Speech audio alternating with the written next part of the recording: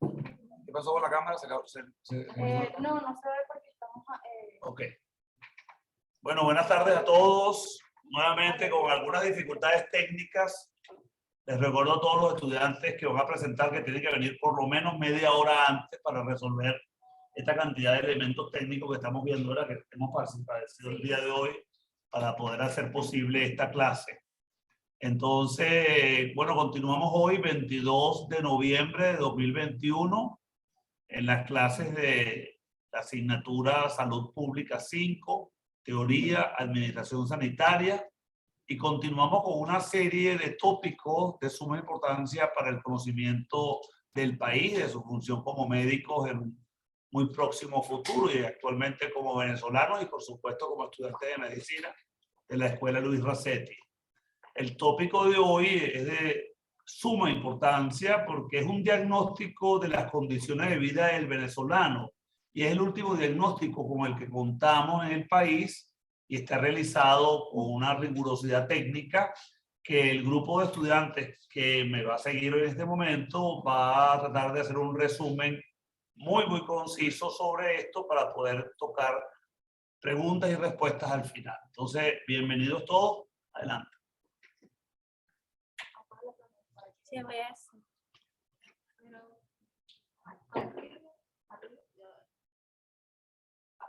A la izquierda. Ya lo. Tienen 30 minutos a los 1. Ok, fino. Ya saben. Ok, hoy le vamos a hablar sobre la encuesta nacional sobre condiciones de vida. Nuestro grupo está conformado por Oriana González, Mara Gubella, Ricardo Graterol, Liz Lobo y mi persona Mariana López. Ok.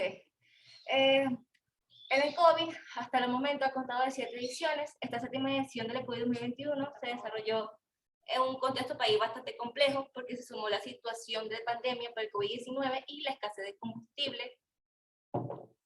En los antecedentes, en el 2014, la UCAP, en conjunto con la Universidad Simón Bolívar y la Universidad Central de Venezuela, trajo el presente trabajo con la finalidad de disponer de información para dar cuenta de la situación social de la población venezolana y dimensionar los efectos de la crisis económica sobre el deterioro en los índices de bienestar.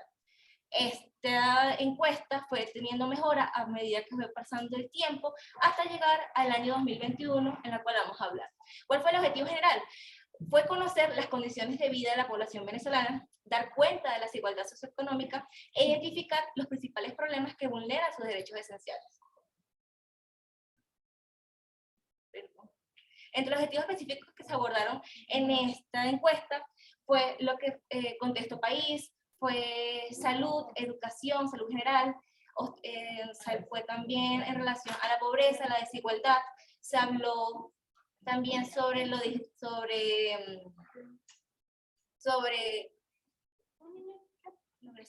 se habló también sobre los programas sociales. El cuestionario que se realizó constó de 788 preguntas, duró 1 hora, fue llenado por lo que fue el jefe de familia. Aquí son en temas relacionados con las condiciones de los hogares, salud, educación, empleo e ingresos, consumo, migración internacional. La prueba piloto se seleccionó 2 entidades federales, el Estado Lara y el Estado Miranda. Se realizaron 31 entrevistas de las 50 asignadas. Hubo 9 rechazos, 6 viviendas desocupadas de uso ocasional y con ocupantes ausentes al momento de la entrevista.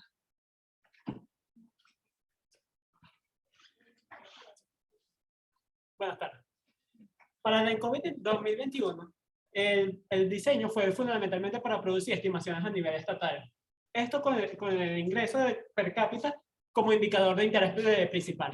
Para el tamaño de la muestra se determinó inicialmente por estado, utilizando estimaciones de ingreso per cápita obtenidos desde la encuesta de 2019-2020. Para el diseño se hizo un estratificado trietápico por conglomerado, donde se tomaron en cuenta ajustes y consideraciones adicionales debido a este uso de las estimaciones previas en el COVID-19. Entonces, en las 3 etapas tenemos la estratificación y selección del PSU, que el primer estrato sería el establecer el número de hogares entre estos segmentos. En la segunda etapa tenemos la identificación de las estructuras, que consistía en simplemente delimitar cuáles de ellas eran residenciales. Y en la última etapa tenemos la selección de estas, dependiendo del número dentro de cada estructura. Es decir, para la gran mayoría de las estructuras solo se selecciona un hogar en cada estructura.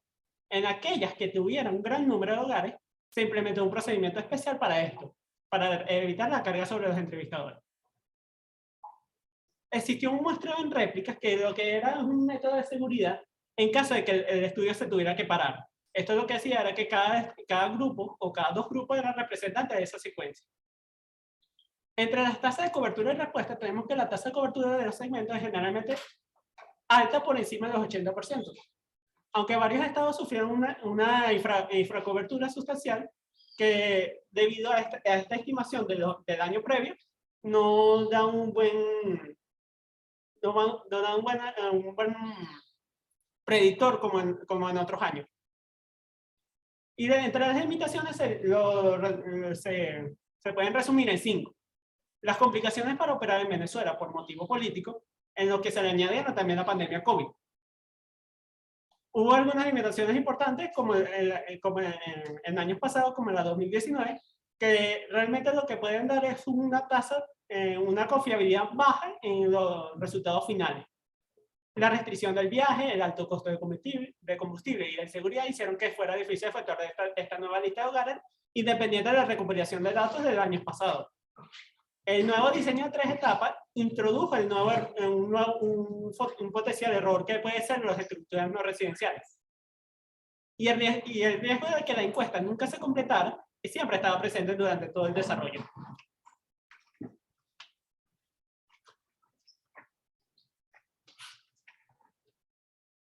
Personal de campo y levantamiento de encuestas en contexto de pandemia por COVID-19. Después de que se realizaron las capacitaciones para el personal, tanto supervisores como entrevistadores, se conformaron 33 grupos, en los cuales iban a variar el número de personas dependiendo de los segmentos y estados que debían abarcar. También se tomó en cuenta características como las localidades que iban a visitar, si eran zonas rurales, si era de difícil acceso, etc. Desde el momento en el que se decidió hacer el levantamiento del COVID 2021, se supo que iba a tener unos esfuerzos extras en comparación de las ediciones anteriores. Uno de estos era la movilidad 7+7, donde sabemos que en la semana radical había difícil acceso a muchas zonas, por lo cual se decidió contratar un transporte privado, el cual tuviera la permisología pertinente para poder trasladarnos. Otra de las cosas que se tenía que tomar en consideración eran las normas de bioseguridad, en las cuales, por ejemplo, el encuestador tenía que tener suficientes tapabocas para ofrecerle al entrevistado y a la familia, se desinfectaba los dispositivos de capturas antes y después del uso de la entrevista, se le ofrecía gel antibacterial antes y después de terminar la entrevista, y se procuraba de realizar la entrevista en lugares cerrados, en lugares aireados. En cuanto al otro tema que hay que tratar es el tratamiento de los segmentos especiales.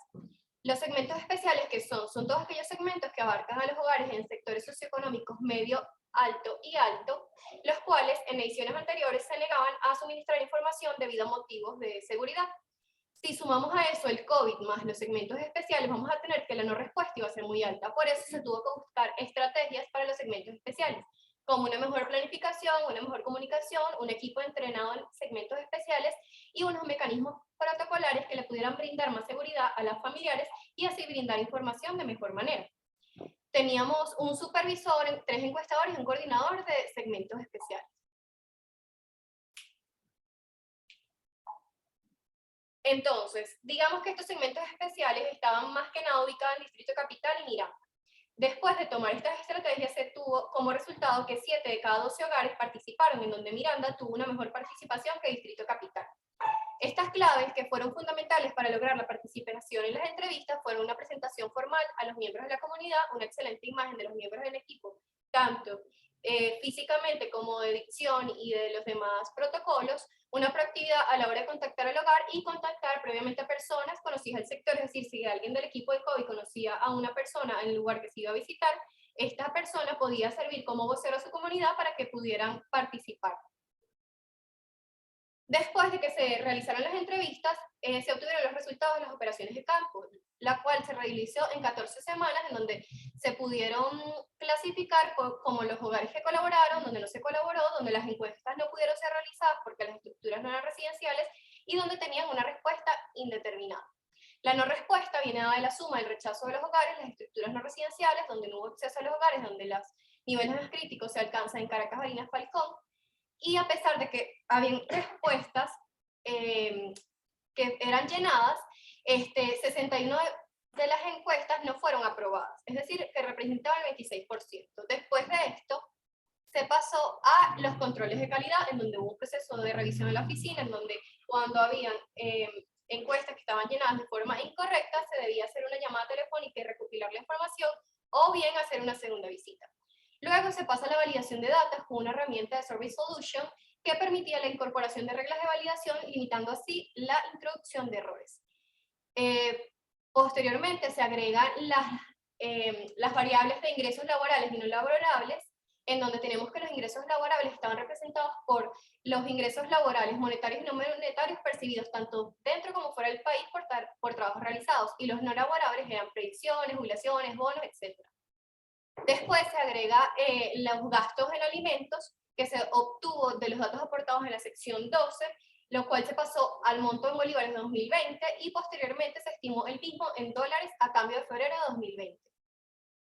Y posteriormente, ya para finalizar, se consolidaron los ingresos del hogar y la estimación de la pobreza. Para ello se identificaron tres variables: el ingreso hogar total, el ingreso hogar total sin renta imputada y el ingreso hogar total con renta imputada. Y se realizaron los umbrales de pobreza en contraste con la COVID 2019-2020 para calcular la condición de pobreza.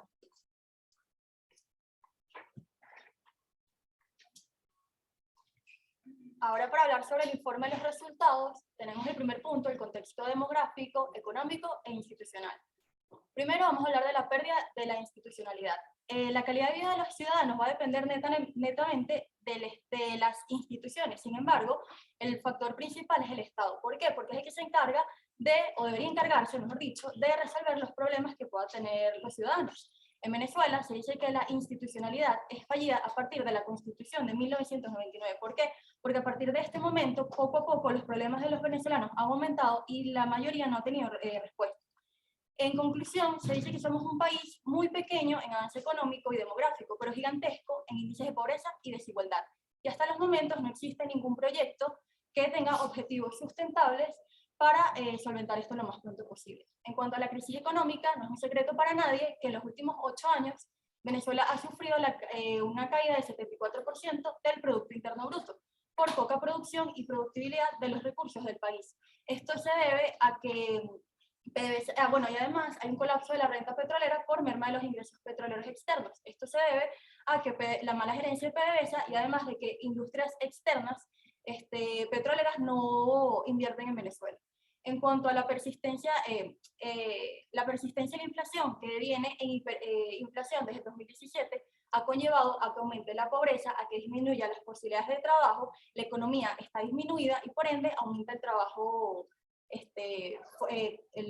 no formal. En cuanto a la discontinuidad de la transición demográfica, la población venezolana ha disminuido a 28.7 millones y esto se debe a que en los últimos 5 años han emigrado 4 millones de personas. Entre estos, la mayoría de las personas son población activa, que lo podemos ver aquí en esta pirámide de población. A su vez, han disminuido 340.000 nacimientos porque hay por la emigración de madres potenciales. Y además un aumento de la mortalidad infantil de 25.7 por 1000, que es el mismo porcentaje que se tenía hace 30 años. Es decir, en Venezuela retrocedimos 30 años en cuanto al tema de la mortalidad infantil. Hay pérdida de 3 años en la esperanza de vida. Se dice que para el 2050 la esperanza de vida debería ser de 83 años. Sin embargo, actualmente se calcula que en Venezuela va a ser aproximadamente 76.3. COVID y la crisis de combustible. El confinamiento por la pandemia fue importante, ya que llegó en el momento justo, porque se vivía una semi-paralización en Venezuela por motivos de la escasez de combustible. Las medidas prolongadas de confinamiento tuvo dos partes positivas: evitar el alto número de contagios por COVID y evitar el colapso del sistema de salud precario, solo en ese momento. Obviamente, más adelante el sistema de salud colapsó. y además en cubrir la escasez de combustible que se vivía en el momento. ¿Qué pasa? Esto tuvo ese lado positivo, sin embargo, impactó de manera negativa sobre la economía, el empleo y la educación, que lo vamos a ver más adelante. Ahora vamos a hablar sobre el acceso a la educación y el cierre de las escuelas. La cobertura educativa en el 2021 disminuyó notablemente, lo podemos ver en esta gráfica, como en el 2019 había 70% de alumnos o de personas inscritas, mientras que disminuyó al 2021 a 65%. Se dice que solo 2 de cada 3 se inscribieron. ¿Por qué? Vamos a atribuirlo a esto, a que en el 2019 y 2020 el año cerró como modalidad a distancia, con el programa de cada familia una escuela, que sabemos que fue totalmente fallido. A partir de allí, inició el periodo académico 2020-2021 con las escuelas cerradas y con la incertidumbre de qué iba a pasar a largo plazo. Además de eso, el Ministerio del Poder Popular para la Educación no prestó herramientas de desarrollo en cuanto a tecnología para poder llevar a cabo la educación a distancia. Entonces, ni los maestros ni los estudiantes tienen herramientas para poder desenvolverse en ese campo. Esto lo que llevó a la conclusión es que menos estudiantes inscritos durante todo este año escolar.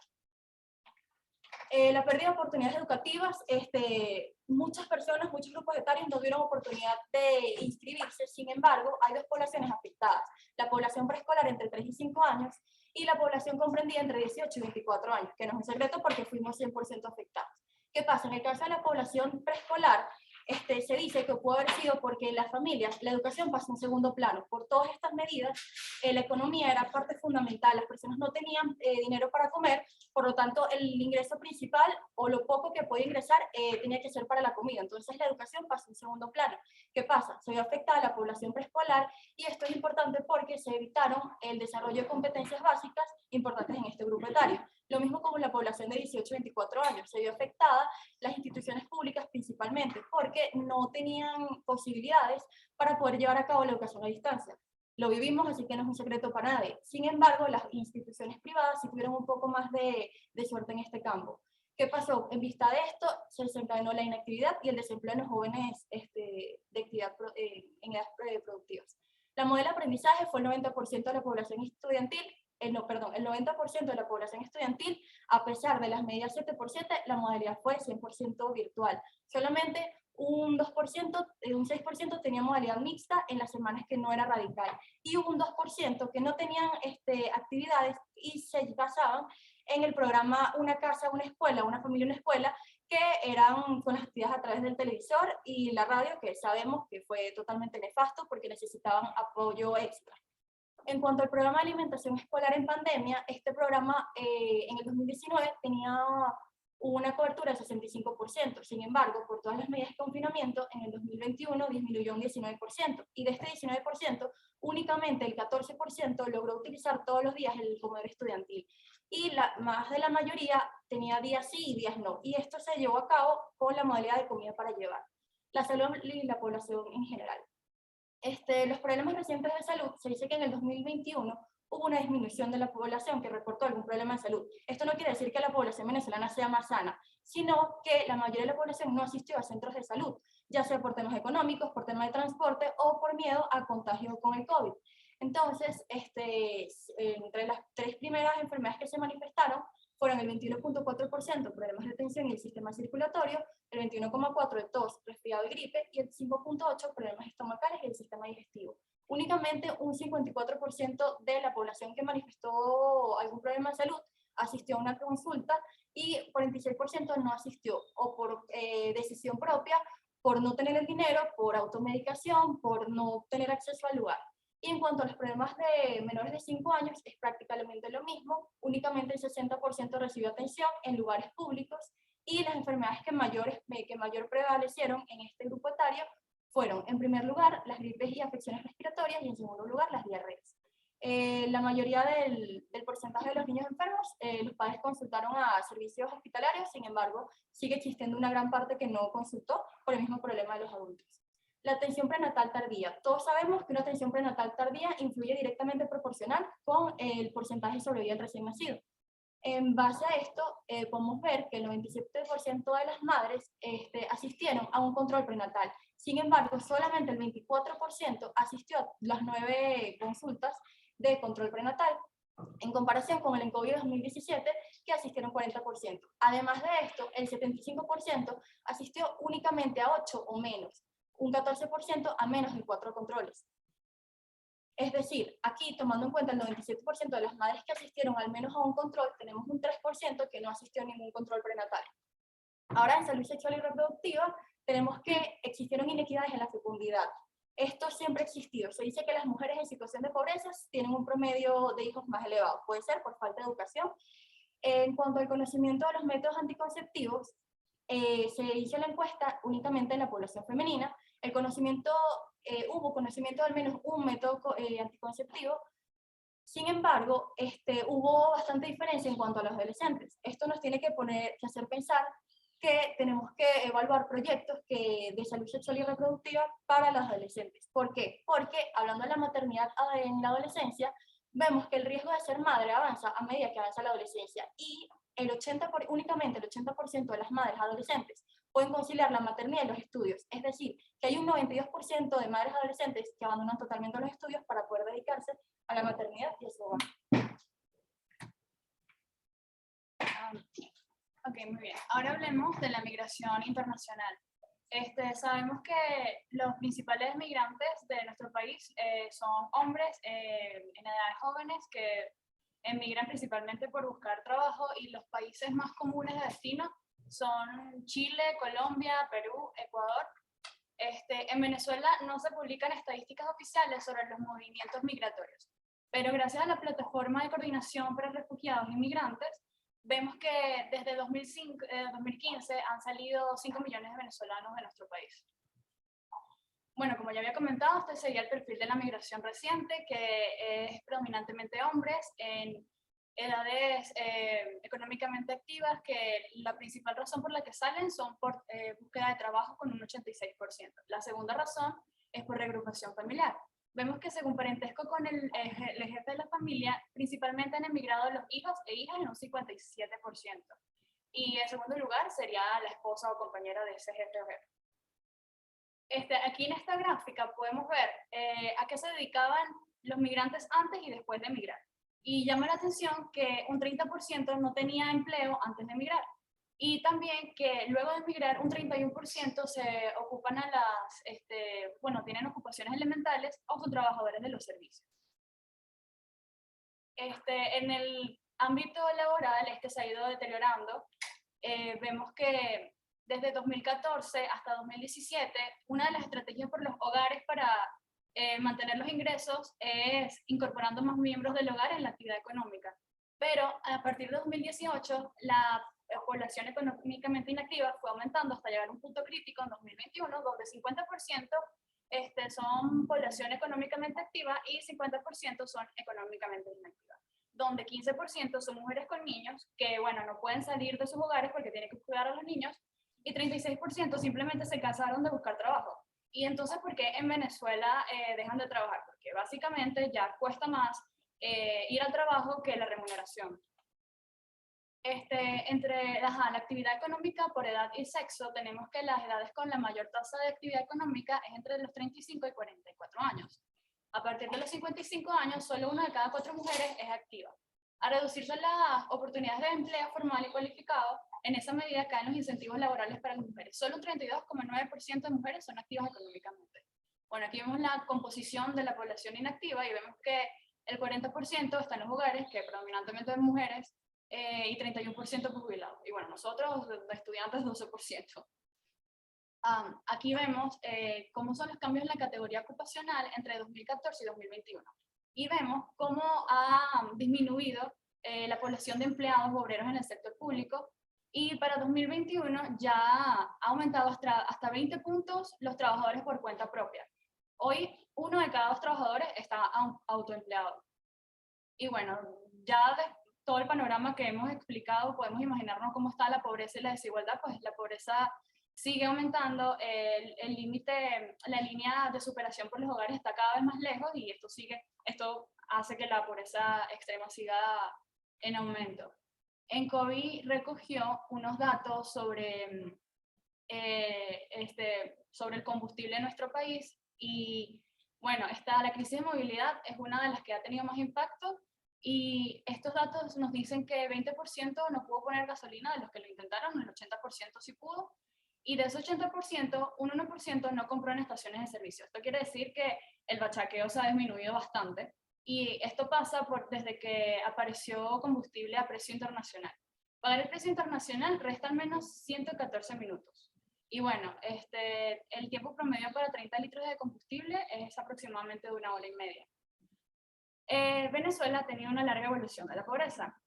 Aquí en esta gráfica podemos ver unos picos y unos pisos de cómo ha evolucionado la pobreza en nuestro país. En cuanto a pobreza total, tenemos 2 periodos de reducción que fue desde el 97 hasta el 2001, consecuencia del restablecimiento de los equilibrios económicos. También vemos un piso de 2005 a 2013, esto gracias al aumento de los petróleos, y se alcanzaron unos niveles de pobreza parecidos a los de los años 70. Vemos que para este momento se ha alcanzado un techo de 92%, que es muy poco probable que se pueda superar, porque aún queda un 5% de población que puede mantener sus ingresos a pesar de la crisis económica. Aquí en cuanto a la pobreza extrema, notemos que en 2019 a 2020 hubo un pequeño descenso, que esto se debe básicamente a las transferencias directas por el gobierno, lo que conocemos como los bonos. La comparación internacional sirve para ilustrar el inmenso problema social que tenemos en el país. Para esta comparación se usa la canasta internacional, que es de $1,9 por persona diario, y contra esta canasta tenemos que la pobreza extrema en Venezuela es de 24,8%. Solo está por debajo de los países con ingreso bajo, con un 46,8%, que básicamente son los países subsaharianos. Y esto no quiere decir que Venezuela sea un país subsahariano, porque nosotros tenemos una historia de pobreza y nuestra cultura es distinta, y bueno, tenemos mayor probabilidad y mejores condiciones para superar la pobreza. La pobreza multidimensional tiene unos indicadores de gran peso, como son la educación, la vivienda y los servicios, no solamente son los ingresos. Con esta lámina no quiero decir que los ingresos mejoraron, de hecho pierden relevancia para 2021 respecto a 2020, porque el resto de los indicadores, como la educación, la vivienda y los servicios, empeoraron muchísimo más. Aquí podemos ver en esta gráfica cómo es la desigualdad de los ingresos en cuanto a género. Vemos, este punto rojo significa brecha de ingresos. Entonces, a medida que se sube en la escala laboral, la brecha es mucho mayor. Pues vemos este ejemplo donde los directores hombres frente a las directoras mujeres, la brecha es de 76%. Y a medida que va bajando esto, la brecha es mucho menor. Desigualdad de los ingresos. En 2021 somos más desiguales. Vemos en este índice de Gini que aumentó a 0,56. Tenemos que resaltar que la desigualdad de ingresos realmente no es como que el problema más grave de nuestro país. Porque si distribuyéramos todo el ingreso de las familias equitativamente entre ellas, el promedio por persona per cápita sería de $30 por venezolano al mes. Es decir, ¿qué hago? Sería $1 por persona al día. Y si recordamos la tasa internacional que había nombrado anteriormente, que es la línea de pobreza extrema, que es de 1,9, entonces lo que tendría que hacer el país es duplicar la actividad económica para al menos salir de la pobreza extrema, pero aún así seguir siendo pobre. Entonces, este no sería nuestro principal problema. Bueno, en conclusiones, tenemos que la encuesta sobre condiciones de vida de Venezuela arroja que al menos 76% de la población vive en situación de pobreza extrema. La pobreza de ingresos llegó a su límite y alcanzó el 94% de la población, 95%. La crisis de movilidad ha tenido un gran impacto en el país y aceleró el repunte de la pobreza extrema, y el cierre de los centros educativos debido a la pandemia por la COVID-19 ha tenido consecuencias graves sobre la cobertura educativa, especialmente la correspondiente a la educación inicial y universitaria. Sí, gracias.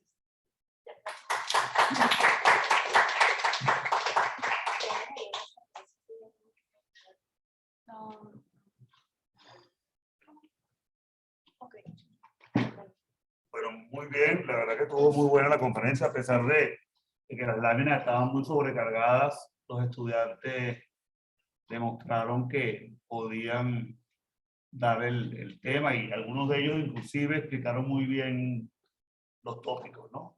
¿Dónde estamos por aquí para buscarme? Ahí, profe, esa que está al lado. ¿Cuál? Arriba, arriba. Quiero prender la cámara. Ok, perfecto.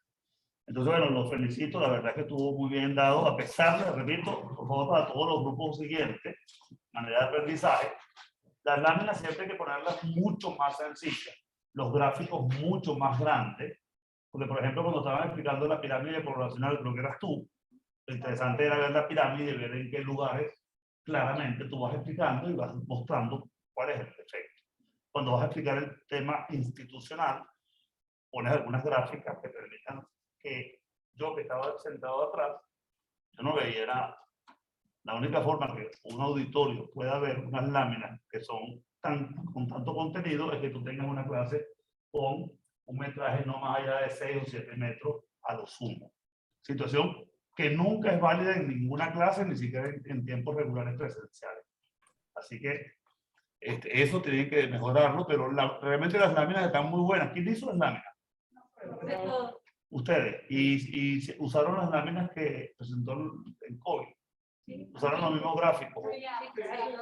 Todo el material. ¿Qué cambiaron? ¿El mismo material lo usaron y simplemente lo modificaron o cómo? Exacto, le dimos nuestra interpretación, pero sacamos el material de la presentación. Los cuadros y ese tipo de cosas y todo lo que Bueno, ¿alguna pregunta? ¿Alguno de ustedes nos acompaña? Bastante muy punto por punto, de verdad que sí. Bueno, ¿alguna cosa que les parezca interesante? Entonces, pues, si no, una pregunta, un comentario, alguna observación. Yo creo que este panorama es la primera vez que vemos un panorama tan dramático. Yo recuerdo que en una ocasión, creo que ustedes, presencialmente, creo que fue a ti que yo te dije, no, ¿quién fue el que le dije a ustedes? Que yo no creía eso del 95% de pobreza. Fue a ti, ¿verdad? ¿Y tú crees que el 95% de pobreza es verdad o es mentira? Lo que pasa es que estamos dentro de una burbuja. Yo, Explícalo. Asómate, explícale qué significa ese 95% de pobreza, porque para la mayoría de nosotros nos resulta difícil entender ese 95% de pobreza, porque por regla general nos reunimos generalmente con personas igual que uno.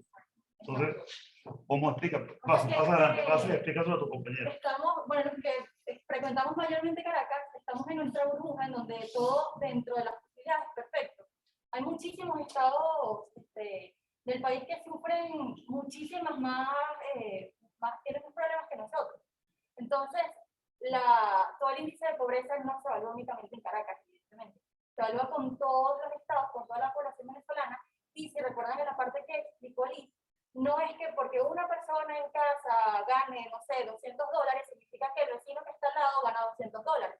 Entonces, si equiparamos eso y hacemos un equilibrio en todo este panorama, evidentemente la población venezolana nunca va a estar fuera de la pobreza. De hecho, Liz lo comentó, estamos 5%. Bueno, como les había comentado, todavía queda un 5% de población que aún puede mantener sus ingresos. Y además, lo que había comentado, no solamente tenemos esta desigualdad de ingresos, sino que también hay una desigualdad territorial que es súper importante, que ahorita se están haciendo estudios al respecto, y bueno, ya sabemos que Caracas respecto al interior del país tiene una diferencia gigantesca, que nosotros no estamos conscientes de eso. Pero... ¿Quién habló de la migración? Yo.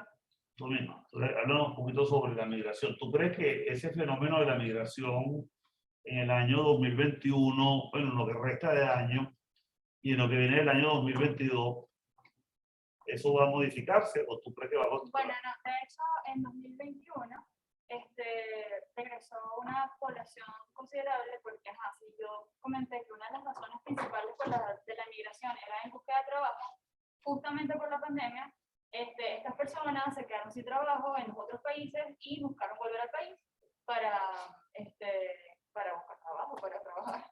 ¿Y se volvieron a regresar o se quedaron?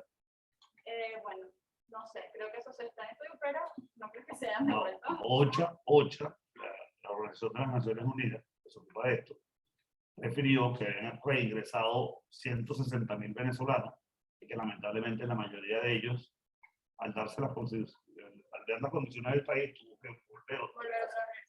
O sea, que no, o sea, esa expectativa que hubo en un momento dado de que 3 o 4 millones de venezolanos iban a regresar, ¿verdad? Porque habían sido, entre comillas, maltratados por los otros países en cuanto a la situación de pandemia que eliminó los puestos de trabajo, etcétera. Entonces eso, pero no ocurrió. Seguimos con esa migración por fuera. Otro disco, pasa adelante. ¿Usted qué vio? ¿Qué dice tú? Yo Sí. hablé sobre cómo era cómo era el personal de campus que iba a realizar las entrevistas, Ajá. sobre más o menos las medidas de seguridad que se tomaron precisamente para evitar que se siguiera propagando la pandemia, sobre las medidas de extras que ellos tuvieron que tomar referente a la movilidad y a las normas de bioseguridad.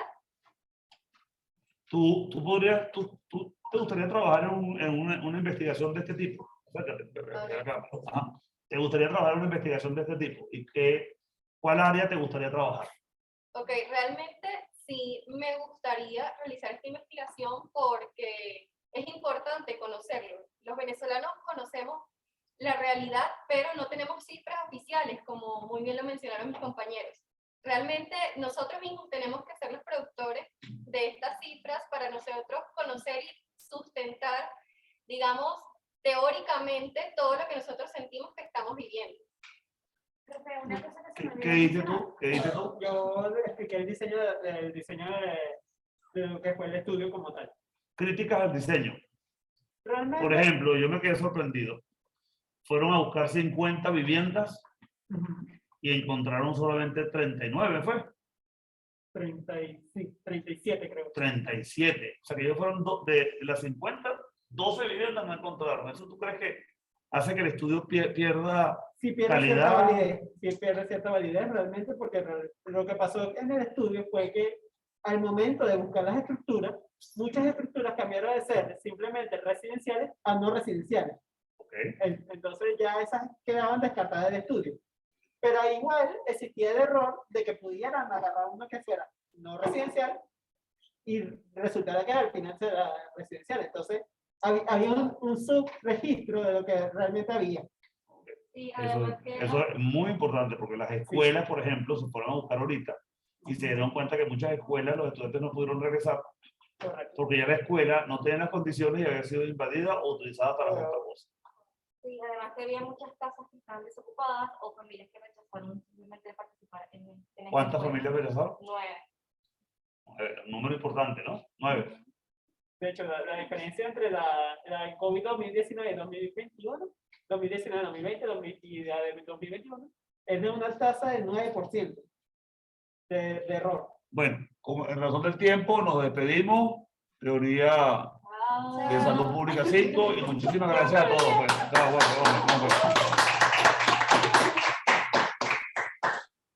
Ah, profe, que a mí se me olvidó decir que